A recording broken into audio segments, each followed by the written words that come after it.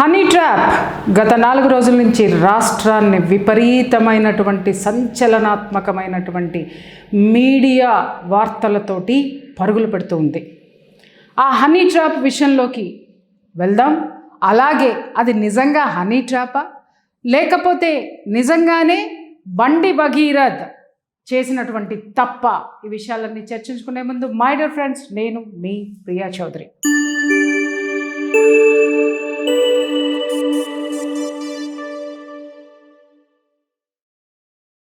Thumbnail చూసారు my dear friends, honey trap or power game. ముందుగా నేను చెప్పాల్సింది ఏంటి అని అంటే, ఈ విషయం ఏదైతే ఉందో ఆ మైనర్ బాలిక మీద ఇతను అత్యాచారం చేశాడు అనేటటువంటి విషయాన్ని ఖండిస్తున్నాను.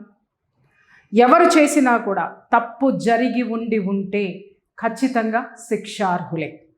అయితే చాలామంది మాట్లాడుతున్నారు ఏంటి అని అంటే, ప్రియా చౌదరి ఎందుకు స్పందించలేదు, సనాతన ధర్మము హిందూ యువతి కాదా అమ్మాయి, స్పందించవా అనంటే, ఎప్పుడూ కూడా ప్రియా చౌదరి వార్త రాగానే నోట్లో వేసుకొని రుబ్బి ఉయ్యదు. మీరు చూసుకోండి కావాలంటే. ఏ విషయమైనా చర్చకు వస్తే, వార్తగా వస్తే, సంచలనం వస్తే, ముఖ్యంగా ఆడపిల్లల విషయంలో వస్తే, కొన్ని సున్నితమైనటువంటి అంశాలు వస్తే, సాక్ష్యాధారాలు ఆ తర్వాత ఏం జరిగింది అనేటటువంటి విషయ సేకరణ లేకుండా నిరాధార వార్తలతోటి గుడ్డగాల్చి మీద వేసే పని ప్రియా చౌదరి ఎప్పుడూ చేయదు. శత్రువు మీదైనా సరే వేయదు. ఖచ్చితంగా నేను చెప్తున్నాను. అలా గనక నేను చేసి ఉంటున్నట్టయితే నా మీద ఎన్నో ఆరోపణలు చేసిన ప్రతి ఒక్క వెధవని చెప్పుతో కొట్టి ఇలాంటివి చాలా చేసి ఉంటుండేదాన్ని నేను. వాళ్ళ తప్పులు లేవా అంటే తర్వాత మళ్ళీ మాట్లాడతాను. ఎందుకంటే ఇక్కడ ఈ విషయం గురించి ఇప్పుడు మాట్లాడాలి. చాలామంది మాట్లాడుతున్నారు, హనీ ట్రాప్ జరిగింది బండి సంజయ్ కొడుకు. ఇక్కడ మెయిన్ కారణం ఏంటంటేనండి, 4 రోజుల నుంచి విపరీతంగా మీడియాలో మాట్లాడుతున్నారు, బండి సంజయ్ రాజీనామా చేయాలి, బండి సంజయ్ ఎందుకు ఈ విషయాన్ని దాచిపెడుతున్నాడు, బండి సంజయ్ కొడుకుని ఎందుకు దాచిపెడుతున్నాడు, ఎందుకు ఈ బీజేపీ ఎందుకు పట్టించుకోవట్లేదు అని మాట్లాడుతున్నారే. నేను వాళ్ళందరినీ ఒక ప్రశ్న అడుగుతున్నాను. నేను ఇక్కడ ఎవరిని బండి సంజయ్ని వెనకేసుకురావట్లా, అలాగే ఈ పిల్లవాడిని నేను చూసి కూడా ఉండను. నాకు నిజంగా తెలియని కూడా తెలియదు, నాకు సంబంధం లేదు. కానీ నన్ను ప్రశ్నించే వాళ్ళందరినీ కూడా ఒక ప్రశ్న అడుగుతున్నాను. ఇది ఒక్కటే పోక్సో కేసు ఇప్పుడే స్టార్ట్ అయిందా అండి? ఇప్పుడే స్టార్ట్ అయిందా? పోండి అక్కడ హైదరాబాద్ సివిల్ కోర్టులో చూడండి, అలాగే క్రిమినల్ కోర్టులో చూడండి, ఎన్ని పోక్సో కేసులు ఉన్నాయో తెలంగాణ రాష్ట్రం మీద. దగ్గర 9 నుంచి 10,000 పోక్సో కేసులు ఉన్నాయి. మరి ఎంతమంది స్పందించారు బాస్? ఎంతమంది ఇప్పుడు వచ్చినటువంటి వాళ్ళందరూ ఆ ఆడపిల్లలకి న్యాయం జరగాలని రోడ్డు మీదకి వచ్చినారు బాస్? ఇక ఈ విషయానికి వద్దాం. ఈ విషయంలో ఒక మైనర్ బాలిక, ఆ అమ్మాయిని ఈ బండి భగీరథ్ ఎవరైతే ఉన్నారో, కేంద్ర మంత్రి బండి సంజయ్ గారి కొడుకే బండి భగీరథ్, ఆ అమ్మాయిని లవ్ చేసి అలాగే మోసపూరితమైనటువంటి మాటలు చెప్పి లవ్లోకి దింపి ఆ అమ్మాయి మీద అత్యాచారం చేశాడు. ఆ అమ్మాయి మైనర్ బాలిక. అర్జెంటుగా ఈ కేసుని పోలీసులు పట్టుకొని పోలీస్ స్టేషన్లో పెట్టి ఒక 20 ఏళ్ళు జైలు శిక్ష చేయాలి. ఇది వాస్తవం, నేను కూడా సపోర్ట్ చేస్తా. కానీ ఒకటి అడుగుతున్నాను, చెప్పండి, ఇది ఎప్పుడు జరిగింది? కేసు ఎప్పుడు జరిగింది? ఇవన్నీ ఎందుకు మాట్లాడుతున్నానో కూడా నేను చెప్తాను. వీళ్ళిద్దరికీ పరిచయం జూన్లో జరిగింది. వాళ్ళు ఇచ్చిన రిపోర్ట్ ప్రకారమే మాట్లాడుతున్నాను నేను. జూన్లో జరిగిన తర్వాత ఆగస్టు నుంచి వీళ్ళు క్లోజ్గా మూవ్ అవ్వడం మొదలుపెట్టారు. వాళ్ళకి ఫిజికల్ రిలేషన్షిప్ ఉందా లేదా అంటే డిసెంబర్ 31 వరకు లేదండి, అది కంప్లైంట్లోనే ఉంది. Underline this point. డిసెంబర్ 31న వాళ్ళు కంప్లైంట్లో ఇచ్చిన విధంగా అప్పుడు మాత్రమే వాళ్ళకి ఫిజికల్ రిలేషన్షిప్, అది కూడా ఇతగాడు ఏదో చేశాడు అనేటటువంటిది కంప్లైంట్లో ఉంది. కాబట్టి జూన్ నుంచి డిసెంబర్ వరకు కూడా they don't have any physical relationship. ఆరోపణలు ఏంటో చూద్దాం మనం. అక్కడ ఉన్నటువంటి ఆరోపణలు ఏంటి అని అంటే, జూన్లో అతను పరిచయం అయ్యాడు, ఆగస్టు నుంచి వాళ్ళు కుటుంబంతో కలిసి ఉన్నారు. ఇతను చూడండి, ఎక్కడ చూసినా కూడా కుటుంబంతో ఉన్నటువంటి ఫొటోస్ కూడా ఉన్నాయి. అంటే ఫ్యామిలీ ఫ్రెండ్గా ఉన్నాడా, ఫ్యామిలీ మొత్తం ఇతనికి ఫ్రెండ్గా ఉందో ఫోటోలు చూసి అర్థం చేసుకోండి. ఆ తర్వాత కంప్లైంట్లో ఇచ్చిన దాని ప్రకారం అక్టోబర్లో కింద బేస్మెంట్లోకి రమ్మనమని చెప్పి ఆ అమ్మాయి మీద చొరవ తీసుకొని ఆ అమ్మాయిని ఏదో రొమాన్స్ చేద్దామని చొరవ తీసుకోబోతే ఆ అమ్మాయి తప్పించుకుని వెళ్ళిపోయింది. జాగ్రత్తగా గమనించండి నేను మాట్లాడే ప్రతి మాట. అక్టోబర్లో కింద బేస్మెంట్లోకి అతను పిలిచి ఆ అమ్మాయి పట్ల చొరవగా ప్రవర్తించబోతే ఆ అమ్మాయి తప్పించుకుని వెళ్ళిపోయింది. ఇక్కడ విషయం ఏంటి మై డియర్ ఫ్రెండ్స్? ఫస్ట్ టైమే అతను కంప్లైంట్ ప్రకారం మాట్లాడుతున్నా నేను, అతను ఆ అమ్మాయిని టచ్ చేయడానికి ప్రయత్నించాడు. ఆ అమ్మాయి వదిలించుకొని వెళ్ళిపోయింది. ఓకే, సెకండ్ వెర్షన్ వాళ్ళు చెప్తున్నది ఏంటంటే నవంబర్లో వీళ్ళు ఒక సర్వీస్ అపార్ట్మెంట్కి వెళ్ళి 2-3 రోజులు ఉండాలని చెప్పి ఒత్తిడి చేస్తే ఆ అమ్మాయి కేవలం 1 రోజు ఉండి వచ్చేసింది. అక్కడ కూడా ఆ అమ్మాయిని ఈ విధంగానే అతను ట్రై చేశాడు. రోజు మొత్తం అక్కడే ఉంది మై డియర్ ఫ్రెండ్స్. తరువాత అసలు విషయం ఎక్కడొచ్చింది అని అంటే డిసెంబర్ 31న బ్రహ్మాండం బదులైంది. డిసెంబర్ 31న అందరూ కూడా ఒక రిసార్ట్లో, ఫామ్ హౌసో రిసార్టో గ్రీన్ హౌసో ఏదో హౌస్, అక్కడికి వెళ్ళి ఫ్రెండ్స్ సమూహంతో పార్టీ జరుపుకొని ఈమె చేత బలవంతంగా ఈ బాలిక ఎవరైతే ఉందో ఆమె చేత బలవంతంగా మద్యం సేవింపజేసి ఆ అమ్మాయిని అర్ధరాత్రి 1:30-2:30 మధ్య ఆ అమ్మాయి మీద అత్యాచారం చేయటం అనేటటువంటిది జరిగింది. This is the case. ఇది ఎప్పుడు 2025 జూన్ నుంచి మొదలైతే 2025 డిసెంబర్ 31 రోజు అర్ధరాత్రి అంటే 2026 జనవరి 1 రోజున ఇక్కడ క్రైమ్ ఎలిగేషన్ అనేటటువంటిది వచ్చింది. మై డియర్ ఫ్రెండ్స్, డిసెంబర్ నుంచి మనం వెనక్కి వెళ్దాం జూన్ వరకు. ఇక్కడ ఉన్న అంశాలే మాట్లాడుతున్నా, నేనేం సొంతంగా మాట్లాడలేదు, సొంతగా మాట్లాడను కూడా. ఎందుకంటే నాకే రాజకీయపరమైనటువంటి ఫలాపేక్ష లాభాపేక్షలు ఇక్కడ లేవు, ఉండవు కూడా. ఖచ్చితంగా చెప్తున్నాను నేను. ఇక్కడ డిసెంబర్ నుంచి జూన్కి పైకి వెళ్దాం మనం.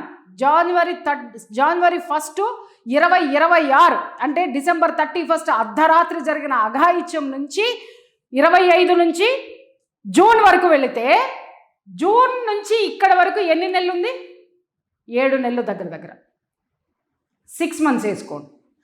6 నెలల కాలంలో ఆ అమ్మాయి మీద చనువుగా ప్రవర్తించడం 2 సార్లు జరిగింది. వీళ్ళు ఇక్కడ రాశారు, కంప్లైంట్లో రాశారు. బేస్మెంట్లో ఫస్ట్ చనువు తీసుకోబోయాడు, తర్వాత ఒక సర్వీస్ అపార్ట్మెంట్లో అతను తీసుకెళ్ళి 2-3 రోజుల కోసం బుక్ చేసుకుని 1 రోజు మాత్రమే ఈమె ఉండి వచ్చేసింది. తర్వాత ఫ్రెండ్స్ అందరూ కలిసి farm house 31st night enjoy చేయడానికి వెళ్ళి ఇది జరిగింది అని మాట్లాడారు. ఇక్కడ ఆడపిల్ల తల్లిదండ్రులందరినీ నేను ఒక ప్రశ్న వేస్తున్నాను, అలాగే ఆడపిల్లలను కూడా నేను ప్రశ్న వేస్తున్నాను. మనల్ని ఎవరైనా, మనలో ఏ యొక్క ఆలోచన లేనప్పుడు ఒక మగవాడు టచ్ చెయ్యంగానే అనుచితంగా ప్రవర్తించబోతే, దగ్గరికి తీసుకోకపోతే అమ్మాయి రిజెక్ట్ చేసి పారిపోయిందని ఇక్కడ క్లియర్గా ఉంది. అంటే అర్థం ఏంటి? అమ్మాయికి ఇష్టం లేదు. అవునా మై డియర్ ఫ్రెండ్స్? ఇష్టం లేదు అనగానే ఎక్కడ ఇది జరిగింది? జూన్ నుంచి అక్టోబర్.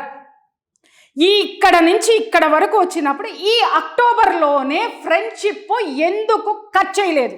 లేదు, అతగాడు సారీ చెప్పాడు, లేదమ్మా నేను ఇలాంటివన్నీ చేయను, మనం బరంపురం ముందుకెళ్దాం అన్నాడు. తర్వాత ఏం జరిగింది? మనం గెస్ట్ హౌస్కి వెళ్దాము, 3 రోజులు ఉందాము అని చెప్పి మిగిలిన ఫ్రెండ్స్ని తీసుకొని వెళితే మైనరు ఆడపిల్లని తల్లిదండ్రులు ఎలా పంపించారు అనేది నేను ప్రశ్నిస్తున్నాను.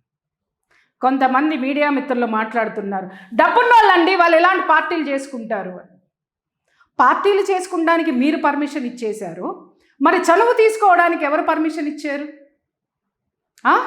అంటే ఆ అమ్మాయి ఎక్కడి వరకు చేసిందో అది ఒప్పు, ఆ తర్వాత మగవాడు ఏ స్టెప్ వేశాడో అది మాత్రం క్షమించరానటువంటి నేరం. దానికి నేను కూడా ఓకే అంటున్నా.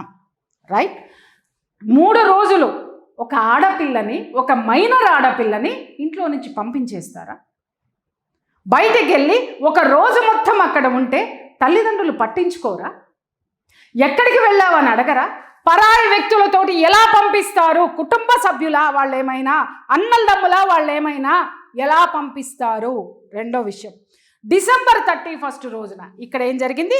ఇక్కడ కూడా వీళ్ళు కంప్లైంట్ చేశారు. ఏంటి అని అంటే అక్టోబర్లోనేమో టచ్ అయిపోయాడు, నవంబర్లోనేమో సర్వీస్ అపార్ట్మెంట్స్లో కూడా ఆమె మీద ప్రయత్నం చేయబోతే ఆ అమ్మాయి వారించి ఒకరోజు మొత్తం అక్కడ ఉండి నెక్స్ట్ డే వచ్చేసింది. అప్పుడు కూడా అమ్మాయి అతనితో ఫ్రెండ్షిప్ పాపలా. తర్వాత డిసెంబర్ 31న కూడా, అంటే 2 సార్లు ఆ అమ్మాయి మీద అనుచితంగా ప్రవర్తించి చొరవ తీసుకోబోయినా ఈ అమ్మాయి అభ్యంతరం చెప్పింది, బయటికి వచ్చేసింది. కానీ మళ్ళీ వెళ్ళింది. పేరెంట్స్ పంపించేశారు, తల్లిదండ్రులు పంపించారు. నువ్వు వెళ్ళమ్మా, వాడు టచ్ చేస్తాడు, నువ్వు నో చెప్పు, నువ్వు మాత్రం వెళ్ళమ్మా, నువ్వు ఎంజాయ్ చేయమ్మా అని పంపించారా? నేను ఎందుకు మాట్లాడుతున్నానంటే మై డియర్ ఫ్రెండ్స్, ఈ కేసును నేనేదో వెనకేసుకురావడం కాదు. పోక్సో చట్టం ఎలా దుర్వినియోగం అవుతుందో మాకు తెలుసు. యాజ్ ఎ ఫ్యామిలీ కౌన్సిలర్ మాకు తెలుసు. ఎన్ని కేసులు వస్తున్నాయో మాకు తెలుసు. ఎంత దుర్వినియోగం అవుతుందో మాకు తెలుసు. సాక్ష్యం కూడా నేను చూపిస్తా. సాక్ష్యాలు లేకుండా ప్రియా చౌదరి ఎప్పుడూ మాట్లాడదు. నెక్స్ట్ పాయింట్, డిసెంబర్ 31 రోజున మద్యం బలవంతంగా సేవించినప్పుడు వెంటనే ఆ పిల్లకి అంత స్థితికి వెళ్ళినప్పుడు పేరెంట్స్కి ఎందుకు ఫోన్ చెయ్యలా? చేతిలో సెల్ ఫోన్ లేదా? అమ్మా, నాకు ఇక్కడ మద్యం దాగిస్తున్నారు, బలవంతం చేస్తున్నారు, నేను అక్కడికి వచ్చేస్తాను, నన్ను ఇక్కడి నుంచి రానివ్వడం లేదు, నన్ను ఎవరు తీసుకెళ్ళిపోండి ఇక్కడి నుంచి అని ఎవరికీ చెప్పలేదా? ఎవరికీ చెప్పలేదా? మద్యం తాగిన తరువాత దాంట్లో కూడా రాశారు, ఆ బ్రాండ్ నేమ్ రాశారు. నాకు తెలియదు, దాంట్లో చూశాను నేను, మళ్ళీ పక్కన అడిగాను, దీంట్లో ఆల్కహాల్ కంటెంట్ ఎంత ఉంటుందంటే చాలా లో ఉంటుంది మేడం, సృహదప్పి పడిపోయేంత దాంట్లో ఉండదు అని చెప్పారు. కేసు ఎలా పెట్టారో చెప్తున్నాను నేను. వెరీ సింపుల్, గుడ్డగాల్చి మీద పడేశారు. నన్ను తిట్టుకున్న వాస్తవాలు మాత్రం మాట్లాడదాం మనం ఈరోజు. అతగాడు నిజంగా తప్పు చేసి ఉన్నట్టయితే ఖచ్చితంగా చట్టం శిక్షించే తీరుతుంది. నువ్వు నేను వెనకేసుకొచ్చినా కూడా అది కుదరదు. కానీ ఇక్కడ వాస్తవాలు మాట్లాడదాం. ఎవరిని ట్రాప్ చేశారు అనడానికి. ఈరోజు ఆడపిల్లలు ఎలాంటి వైపుకు వెళ్తున్నారు? ఆడపిల్ల అనగానే అది మైనర్ అన్న పోక్సో చట్టం అనగానే మైనర్ ఏం చేసినా చెల్లిపోతుంది. అలాగే మైనర్ చేసినటువంటి పోక్సో చట్టాన్ని అడ్డం పెట్టుకొని ఎవరు ఇది చేసినా కూడా అది సమాజం యాక్సెప్ట్ చేయాలి. 498 కూడా ఇలాగే దౌర్భాగ్యం కదా, పట్టించాం మనం. ఒకప్పుడు ఆ విషయానికి కూడా వస్తాను నేను. ఇక్కడ డిసెంబర్ 31 జరిగిన తర్వాత ఇది ఏ రోజున కేసు ఫైల్ అయిందండి? 8వ తారీఖు, మే 8వ తారీఖున పోలీస్ స్టేషన్కు వచ్చి పేరెంట్స్ కంప్లైంట్ ఇచ్చారు. డిసెంబర్ 31, 2025 కంప్లైంట్ ఇచ్చింది ఇక్కడ. ఈ అమ్మాయి తర్వాత ఏం జరిగింది అనేటటువంటి వివరాలు లేవండి, కొన్ని వివరాలు మాత్రమే ఉన్నాయి. ఇతగాడు ఆ అమ్మాయిని ఇన్ఫ్లుయెన్స్ చేస్తూ ఆ అమ్మాయి పట్ల ఏ విధంగా ప్రవర్తించాడో దాంట్లో కంప్లైంట్లో ఉన్నదే మాట్లాడుతున్నాను. తల్లికి మెసేజ్ పెట్టాడు, ఈ అమ్మాయి తల్లికి మెసేజ్ పెట్టాడు. ఆడపిల్ల తల్లిదండ్రుల్ని ఒక్క ప్రశ్న ఇస్తున్నాను, చెప్పండి అమ్మా. మైనర్ ఆడపిల్లల తల్లిదండ్రుల్ని, కన్న కూతురు మీకు చెప్పుకోలేకపోయింది, అఘాయిత్యం జరిగింది అని ఈ పిల్లగాడు మెసేజ్లు పెట్టాడు. ఎవరైతే అఘాయిత్యం చేశాడో అతగాడు మెసేజ్ పెట్టినప్పుడు ఏ తల్లి గుండైనా ఎలా ఫీల్ అవుతుంది ఒక్కసారి చెప్పండి అమ్మా, ఒక్కసారి చెప్పండి. ఫస్ట్ గుండె బద్దలైపోతుంది, కింద భూమి పగిలిపోతుంది. ఆ తర్వాత రోకలు పట్టుకుని చేసినాడు తలకాయ పగలగొట్టాలన్నంత ఆవేశం వస్తుంది. చెయ్యడానికి కూడా ఆ తల్లి ముందుకెళ్ళిపోతుంది. వాడు ప్రైమ్ మినిస్టర్ కొడుక, కేంద్ర మంత్రి కొడుక, జడ్జి కొడుక, పోలీసుడు కొడుక, తర్వాత సంగతి. లేదా అమ్మో మనం చాలా చిన్నవాళ్ళం, అండర్లైన్ దిస్ పాయింట్, మనం చాలా చిన్నవాళ్ళం, వాళ్ళు చాలా పెద్దవాళ్ళు, వాళ్ళు అధికారంలో ఉన్నారు అనుకున్నప్పుడు మూసుకొని కూర్చుంటారు. కానీ ఇక్కడ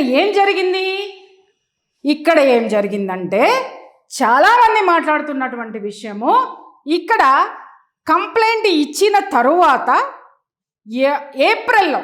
ఏప్రిల్లో ఒకానొక జర్నలిస్టు ఎవరైతే కేంద్ర మంత్రి బండి సంజయ్ గారి దగ్గర పని చేస్తున్నాడో, ఆయనకి సహాయకారిగా ఉంటున్నాడో అతగాడు మీడియేటర్గా వచ్చి బండి సంజయ్ గారి దగ్గరికి తీసుకెళ్తే మమ్మల్ని బెదిరించి, అలాగే ఇంకెక్కడో నిర్మల్లో ఎవడో కేసు పెట్టాడు, ఆ కేసు విత్డ్రా చేసుకోమని మమ్మల్ని బెదిరించారు. ఇలా మమ్మల్ని బెదిరించి పంపించేశాడు. ఇది ఎప్పుడు జరిగిందండి? ఏప్రిల్లో. ఆ తర్వాత ఏం జరిగిందండి? ఇక్కడికి వచ్చిన తర్వాత మే 8వ తారీఖున కేసు ఫైల్ అయింది. ఏప్రిల్ 22 నుంచి మే 8. ఎన్ని రోజులు తేడా?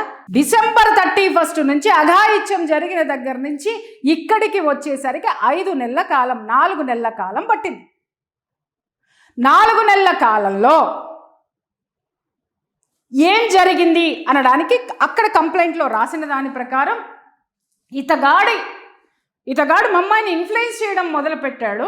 మా అమ్మాయి 2 సార్లు ఆత్మహత్యకి ప్రయత్నించింది. ఈ 4 నెలల్లో జరిగిన అంశాలు. 2 సార్లు ఆత్మహత్యాయత్నానికి ప్రయత్నించింది. నేను ఇక్కడ ఎఫ్ఐఆర్ కాపీ పెట్టలేదు, ఆ అమ్మాయి పిక్ వేయలేదు, అలాగే మిగిలిన వాళ్ళ పిక్స్ కూడా నేను వేయలేదు. ఎందుకంటే ఇది పోక్సో కాబట్టి కొన్ని రూల్స్ ఉంటాయి. కాబట్టి కొన్నిటికి సాధ్యమైనంత వరకు రూల్స్ పాటించడానికే ప్రయత్నిస్తాను. కాబట్టి నేను ఇక్కడ పెట్టలేదు.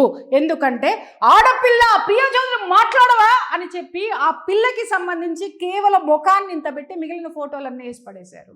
అలాగే వాళ్ళ పేరెంట్స్ ఫోటోలన్నీ వేసి పడేసి పరువు తీసింది మీరు. నేను చెయ్యను ఆ పని.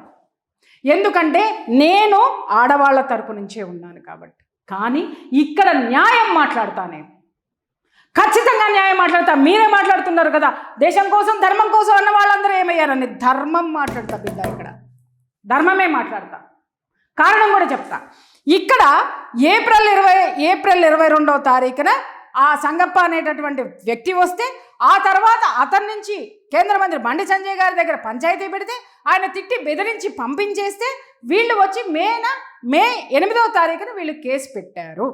అదే రోజున కొన్ని గంటల ముందు ఈ భగీరథ్, ఎవరైతే బండి భగీరథ్ ఉన్నాడో ఆయన ఇమ్మీడియట్గా వెళ్ళి పోలీస్ స్టేషన్లో కేసు పెట్టాడు.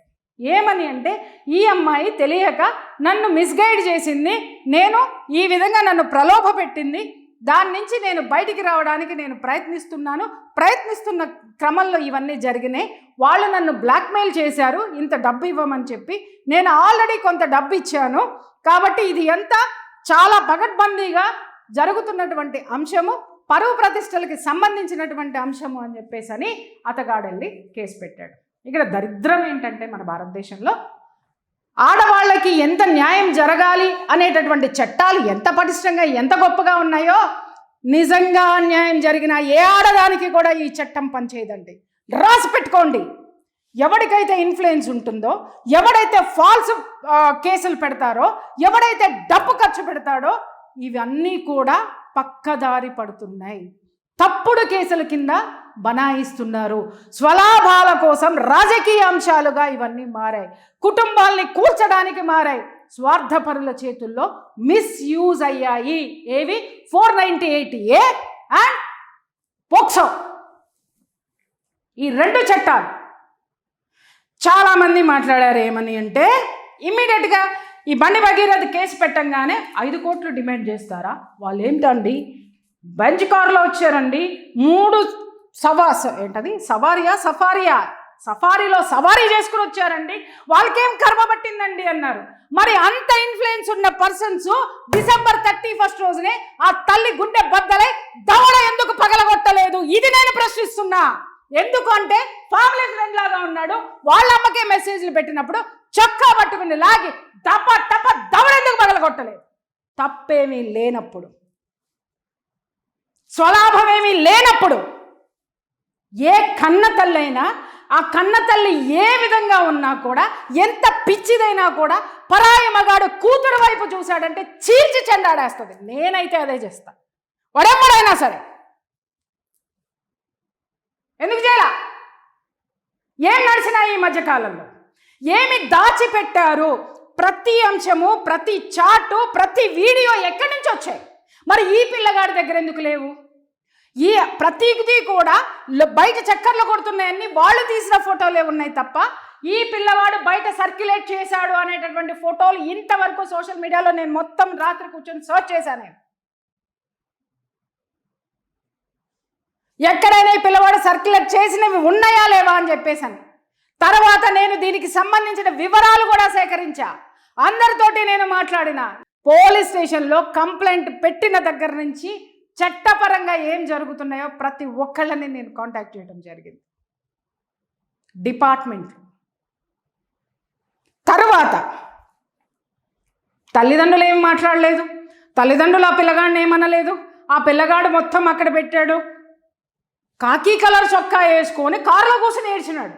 ఏమండి, ఇన్ని దుర్మార్గాలు చేసినటువంటి వాడు ఏడవలసిన కర్మ ఏం పట్టిందో ఒక ప్రశ్న వేస్తున్నాను నేను, సమాధానం చెప్పండి. ఆ పిల్లవాడు భయపడిపోయి నేను తప్పు చేశానని ఒప్పుకుంటూ ఎందుకు ఏడ్చాడో నేను చెప్తా. ఇప్పుడు చెప్పను, కొన్ని సాక్ష్యాలు రావాలి. అది నా చేతికి వచ్చిన రోజున ఇదే బోర్డు మీద సాక్ష్యాలు పెట్టి మరీ చెప్తా, అప్పుడు పెడతా సాక్ష్యాలు. ఆ పిల్లగాడు ఎందుకు తప్పు చేశానని ఏడ్చాడో, దానికి కారణం ఏంటో, దాని వెనక ఏం జరిగిందో అఫీషియల్గా పోలీసుల చేతికి సాక్ష్యాలు వచ్చిన తరువాతనే నేను వాటిని ఇక్కడ పెట్టడం అనేటటువంటిది జరుగుతుంది. నా అంతటికి నేను కాదు, ఎంక్వైరీ జరుగుతుంది, ఇన్వెస్టిగేషన్ జరుగుతుంది, కన్ఫామ్గా చెప్తున్నాను నేను. జూన్లో పరిచయం, అక్టోబర్లో మిస్బిహేవియర్, నవంబర్లో గెస్ట్ హౌస్కి వెళ్ళాం, డిసెంబర్లో మళ్ళీ గెస్ట్ హౌస్కి వెళ్ళాం. ఒకసారి మిస్బిహేవ్ చేసిన తర్వాత మళ్ళీ అతగాడు చేస్తున్నా, అతగాడి దగ్గరికే ఈ పిల్లని పంపించారా, వెళ్ళిందా, లేకపోతే తీసుకెళ్ళాడా? మాట్లాడుతున్న వాళ్ళందరూ ఏంటి అని అంటే, నేను అందరికీ ఇక్కడ ఒకటే చెప్తున్నాను, ఇక్కడ ఏత వాత కనిపిస్తున్నది ఏంటి అని అంటే, కేవలం ఇతగాడికి శిక్ష పడాలి అనేటటువంటి అంశము కేవలం 20% కనిపిస్తే, మిగిలిన 80% బండి సంజయ్ రాజీనామా చేయి, బండి సంజయ్ రాజీనామా చేయి, బండి సంజయ్ రాజీనామా చేయి. రాజకీయ అంశం కాదా ఇది? ఒక రాజకీయ అంశాన్ని, ఒక వ్యక్తిని కూల్చడానికి ఒక పోక్సో చట్టాన్ని అడ్డం పెట్టుకున్నారు మీరు. నేను ఈ పోక్సో ఇక్కడ ఏం జరగలేదని నేను మాట్లాడడం లేదు మై డియర్ ఫ్రెండ్స్. ఇది ఎలా మిస్యూజ్ అవుతుందో నేను మాట్లాడుతున్నాను. ఎవరు తప్పు చేయలేదని నేను మాట్లాడలేదు, ఎందుకు నిలదీయలేదు ఆ క్షణంలోనే మాట్లాడుతున్నాను.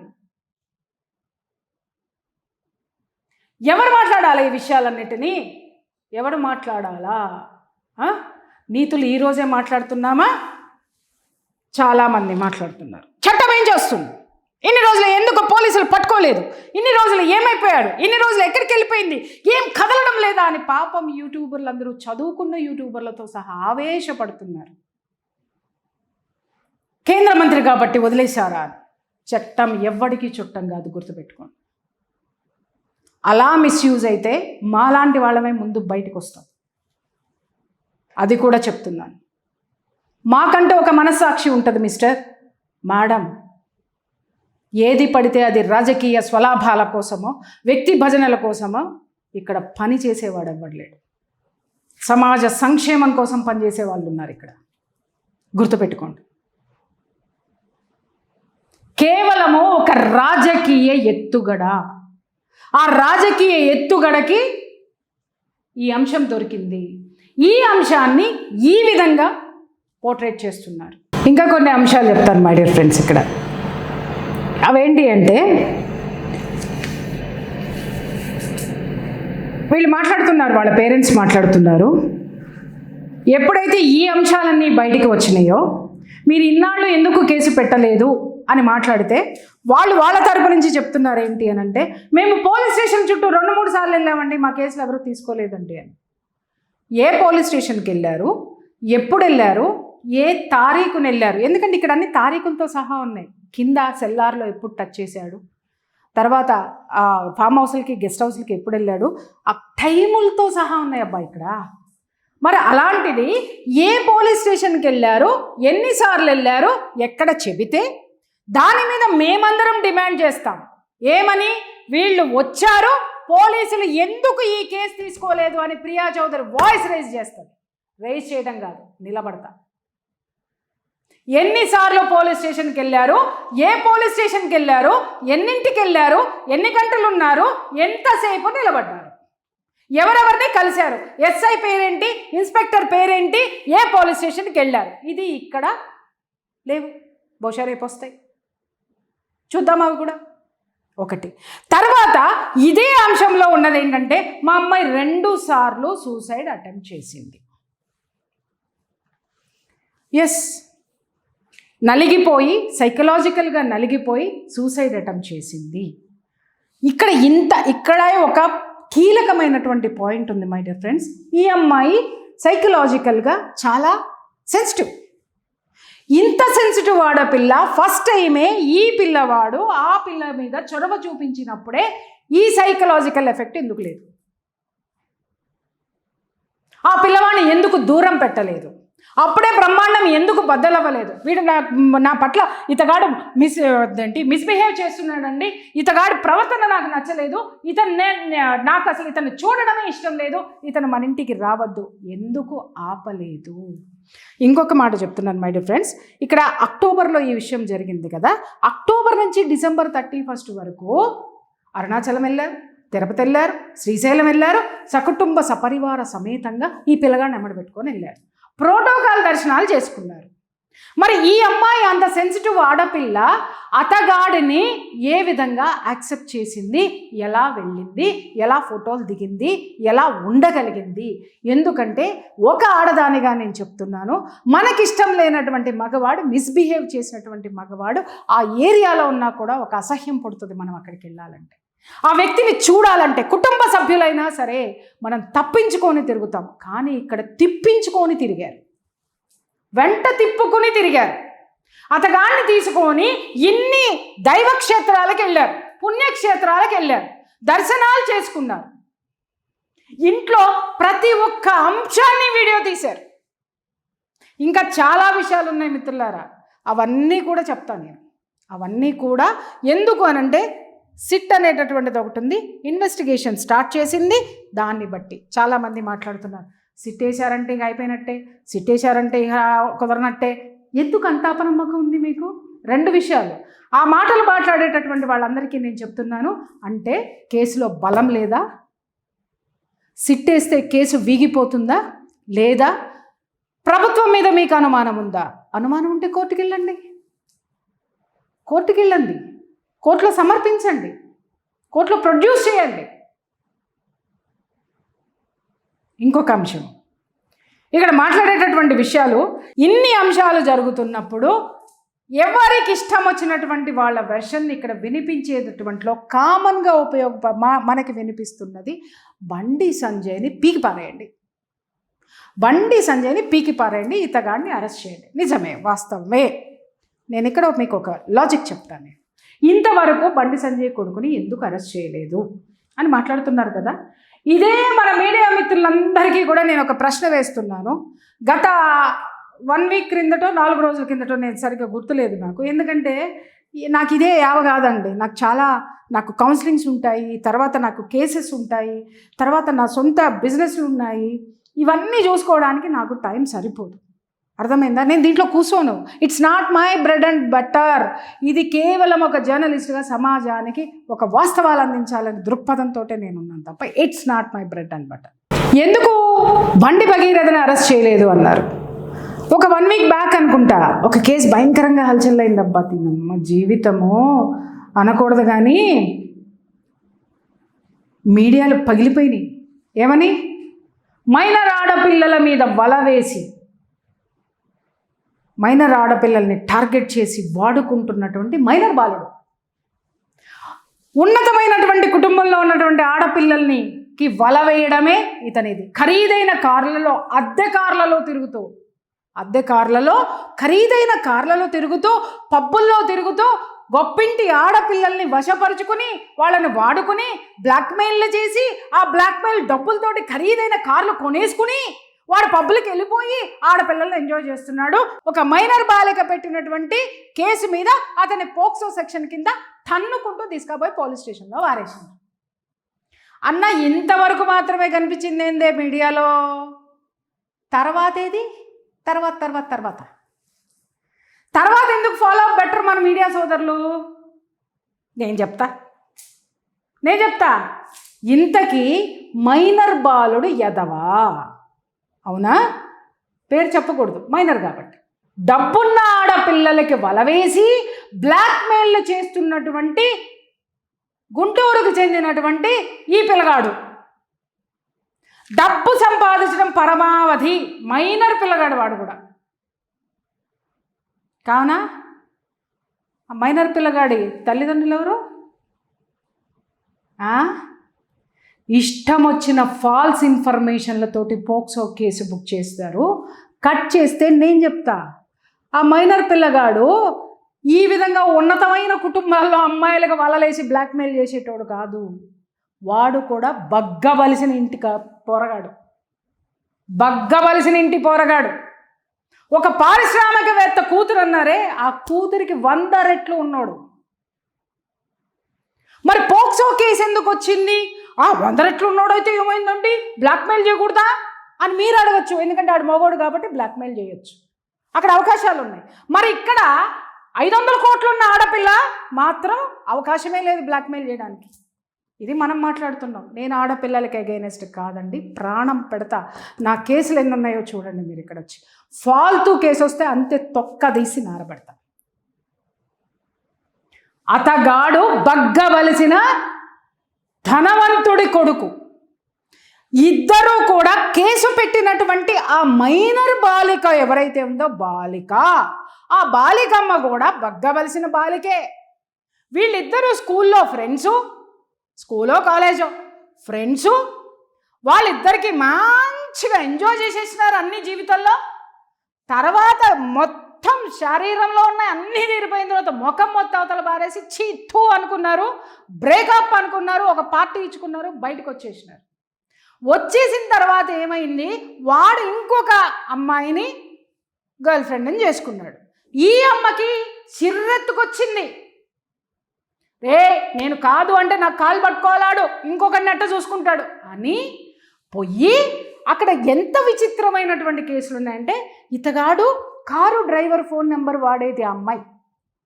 వీడు వాడి ఆ అమ్మాయితో మాట్లాడి ఆ అమ్మాయిని బయటికి పిలిపించి ఆ అమ్మాయిని ఇచ్చేసి ఆ అమ్మాయిని అజ్జేసి ఇంకేదో చేసుకుని సూట్ కేసులు నింపుకున్నాడు. ఇది పెట్టిన కేసు. ఆ తర్వాత ఏం జరిగిందో చెప్పనా, ఎత్తికెళ్ళి పోలీస్ స్టేషన్లో వేయగానే రయ్యమని కారులు దూసుకొచ్చినాయి. ఏది ఇందాక సఫారీలో సవారీలు చేశారే, 3 సఫారీల్లో, అలాగే ఇక్కడ ఒక 10 బెంజ్ కార్లు వచ్చి ఆగినాయి పోలీస్ స్టేషన్ ముందు.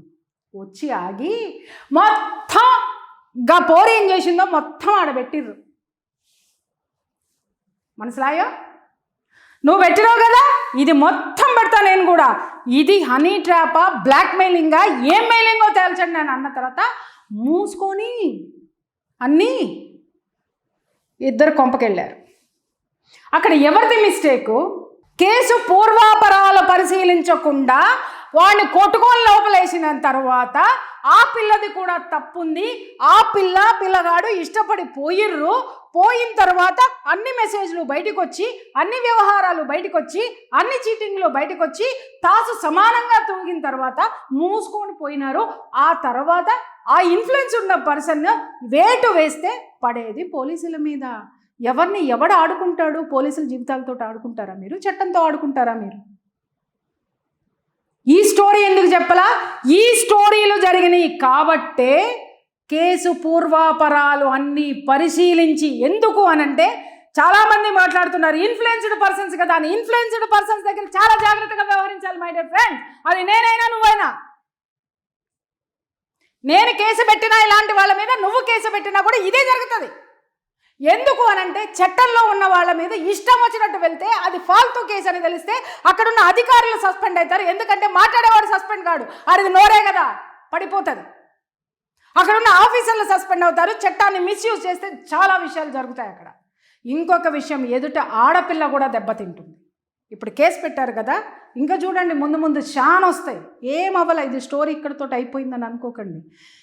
యువతల వాడు ఒక దెబ్బ కొడితే అవతల బలమైన వాడని మీరే అన్నారు కదా, మరి ఆ బలమైన వాడు ఏం చేస్తున్నాడు అది కూడా చూద్దాం రేపు పొద్దున. అది కూడా మాట్లాడుకుందాం మనం. అలాగే ఇక్కడ బలహీనమైనటువంటి ఆడపిల్లలు ఉన్నారే, మై డియర్ ఫ్రెండ్స్, ఎందుకు అరెస్ట్ చేయడం లేదో నేను చెప్తున్నాను. నిజంగా మీరు వెళ్ళండి, నేను చెప్తున్నా, తెలంగాణ మొత్తం మీద 10,000 పోక్సో కేసులు ఉన్నాయి. 10,000 పోక్సో కేసుల మీద ఈ వెనక వీళ్ళందరూ ఎందుకు లేరు? అందాక ఎందుకండి? నిన్నగాక మొన్న మేము 1 వీక్ 10 డేస్ బ్యాక్ ఇక్కడ పంజాగుట్ట పోలీస్ స్టేషన్లో లవ్ జిహాద్ కేసు, అమ్మాయి మైనర్ అని మొత్తుకున్నాం మేము. మైనర్ అని వాడిని మొత్తం డీటెయిల్స్ అన్ని మీడియా ముందు ప్రొడ్యూస్ చేస్తే మరి ఈ మీడియాలో ఈ అర్బన్ నక్సలైట్లు అందరూ ఎందుకు వర్లలేదు? భయమా? అవతల వాడి వర్గం చూసి, రిలీజియన్ చూసి ఉచ్చబడిందా మీకు? అక్కడ ఉన్నది హిందూ ఆడపిల్ల కాదా? హిందూ ఆడపిల్లని లవ్ జిహాద్ కేసులో ఇరికించి ఆ పిల్లకి 17, వాడికి 39 ఏళ్ళు అని అంటే ఒక్క గొంతు బయటికి రాలేదబ్బా, ఒక్క మహిళ మాట్లాడలేదబ్బా. నేను పోయి అర్ధరాత్రుల్లో పడిగాపులు కాసి అవన్నీ సబ్మిట్ చేసి ఆ పిల్లని బయటికి తీసుకొచ్చాం. వాడికి మేము లోపలేపిస్తే 2వ రోజు బయటకు వచ్చిండు. వాడు ఇన్ఫ్లుయెన్స్డ్ కాదండి, మామూలు వాడే. ఏ ఇన్ఫ్లుయెన్స్ నడుస్తుంది? మరి వాడి మీద పడండి. ఈరోజు నేను డీటెయిల్స్ అన్ని సబ్మిట్ చేస్తా. ఇప్పుడు కొట్టినటువంటి యూట్యూబర్స్, ఇప్పుడు మాట్లాడుతున్నటువంటి వాళ్ళు ఆ కేసును బయటికి తీయండి. నేను వివరాలు సబ్మిట్ చేస్తాను. మొత్తం ఎంతమంది హిందువుల ఆడపిల్లల్ని బలిపెట్టారో, ఎంతమంది మైనర్ ఆడపిల్లలు వాడి బారిన పడ్డారో నేను ఇస్తా. మాట్లాడే దమ్ము ధైర్యం ఉందా? ఇక్కడ రాజకీయ కోణము, రాజకీయ కుట్ర 200% ఉంది. మై డియర్ ఫ్రెండ్స్, నేను చెప్తున్నా, ఇక్కడ ఈ పిల్లగాడు తప్పు చేయలేదా అని మీరు మళ్ళీ మాట్లాడకండి. తప్పు చేశాడా లేదా చట్టం ప్రూవ్ చేస్తుంది. ఇక్కడ కేసు కూడా పేరెంట్స్ పెడతారు. పోక్సో కేసుల్లో మీరు వెళ్ళండి, సిటీ సివిల్ కోర్టుకు కానీ, నాంపల్లి క్రిమినల్ కోర్టు కానీ, మిగిలిన కోర్టులకి తెలంగాణలో ఎక్కడైనా పోక్సో కేసులకు వెళ్ళండి, 90% ఫేక్ కేసులు ఉంటాయి. 90% ఫేక్ కేసులు ఉంటాయి. ఎందుకమ్మా అని మీరు వెళ్ళి అడగండి. ఆ పిల్లలు ఒకటే మాట చెప్తారు, మా పెద్దవాళ్ళు పెట్టించారండి, మా పేరెంట్స్ పెట్టించారండి. ఎందుకు అంటే వాళ్ళు లవ్ చేస్తే పడలేదనో, లేకపోతే ఒక వర్గం గొడవల్లోనో, లేకపోతే ఇలాంటి పొలిటికల్ ఇవి ఉండడం వల్లనో, ఇలాంటి వాటికి కొన్ని చట్టాలు ఉపయోగించబడుతున్నాయి. ఆ చట్టాల మీద పునఃసమీక్ష జరగాల్సిందే. ఇది మేము కొట్లాడుతున్నాం ఎప్పటి నుంచో. ఎందుకు మాట్లాడరు? ఎందుకు వర్లుతాం రా. ఇప్పుడు ఉన్న తెలంగాణలో ఉన్న అన్ని పోక్సో కేసుల మీద మీరు వర్లండి. ఎక్కడ పోయినారు మరి ఆ రోజు మీరందరూ?